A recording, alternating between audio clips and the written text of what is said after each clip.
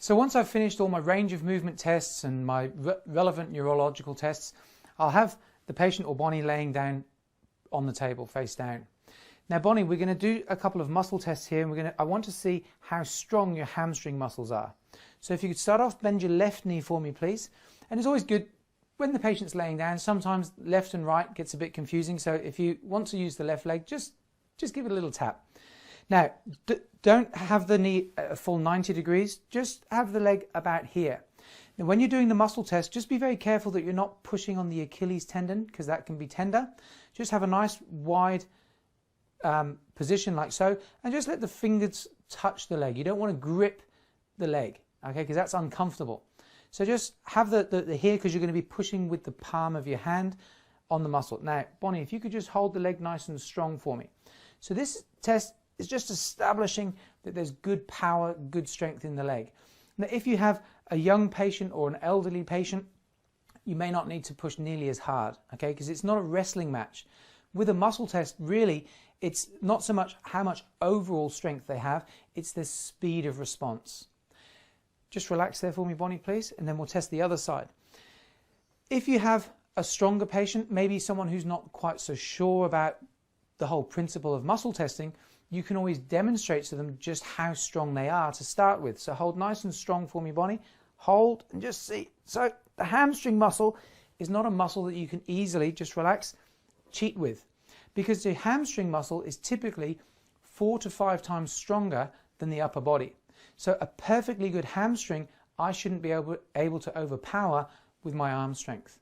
So I like to start with the hamstrings. I like to use the hamstrings to test the nerves all the way up through the whole spinal cord. So Bonnie, what we're going to do now is we're going to try and locate where the stress is coming from that may be affecting your health.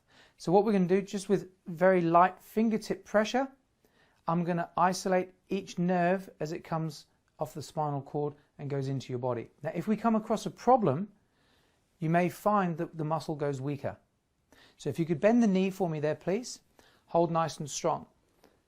So what I try to do is then find an area where there's maybe nerve stress on the body, so I can demonstrate the difference in how the strength actually feels.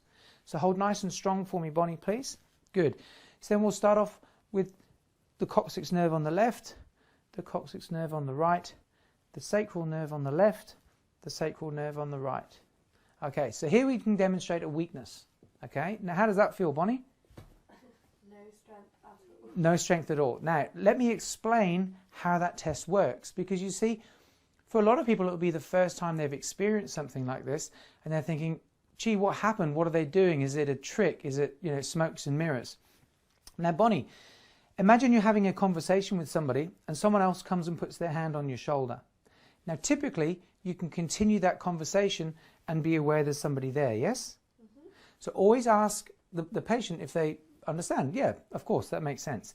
Now, Bonnie, imagine you've got a nice fresh bruise on the shoulder here. You're having a conversation, someone comes and puts their hand on the shoulder. Automatically, you're going to turn, kick, punch, scream. You're going to do whatever you can to protect yourself. Sometimes even just before they touch it. Have you ever had that happen before? No, but I know what you mean. You know what I mean? Okay. So exactly the same principle. If I were to put pressure here and there was a bruise, you would stop what you're doing and you'd focus on trying to protect yourself. When I put pressure here on the sacral nerve, exactly the same reflex is in play. And your reflexes overpower what you're consciously trying to do here, because it's more important for your body to protect you than it is to show off how strong your leg is. Mm-hmm.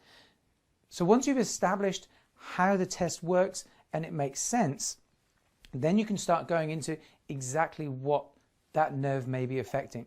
So as I go through the body, wherever I find a weakness, I'll then explain where that nerve travels to and what kind of things it may influence.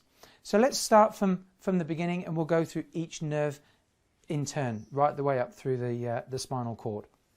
So again, doing the muscle test, we check to make sure the muscle's nice and strong to begin with, and we can use either leg. It doesn't have to always be the same side, so that allows the patient to relax. One other thing, just beware if the patient has a tendency to go into a cramp. Okay, because if they start to cramp, obviously it's going to be uncomfortable, and if the muscle does cramp, maybe just do some reflex, just do some rubbing, increase the circulation to help release the cramping, and then use